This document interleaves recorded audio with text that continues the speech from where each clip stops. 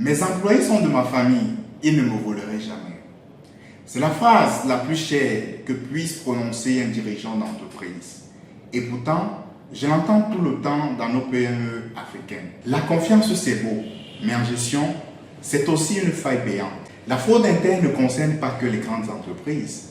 Au contraire, dans les plus petites structures, les contrôles sont plus souples, les processus moins formalisés et la confiance remplace trop souvent les processus. Résultat, les pertes sont invisibles mais dévastatrices. Le vrai problème, ce ne sont pas vos employés. Un audit de la fraude ne recherche pas les coupables, il cherche les failles. Car la fraude naît rarement de la méchanceté, elle naît plutôt de ce qu'on appelle le triangle de la fraude. Je vais citer la pression qui est l'expression du besoin financier, l'opportunité qui est manifestée par des contrôles faibles et ensuite la rationalisation.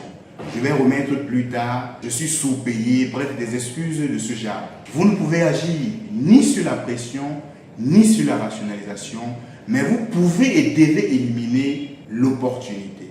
Les fraudes les plus courantes dans les PME, nous avons les notes de frais gonflées qui sont en réalité des charges engagées par un employé pour le compte de l'entreprise et qui sont remboursées ultérieurement. Nous avons également le vol progressif du stock, les factures fictives. Mais alors, comment solutionner ce problème?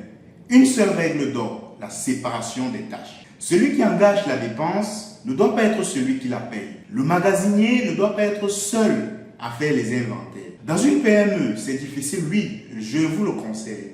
Mais certaines actions, comme le contrôle surprise du dirigeant, la validation systématique avant paiement, peuvent à eux seuls contribuer à éliminer 80% des tentations.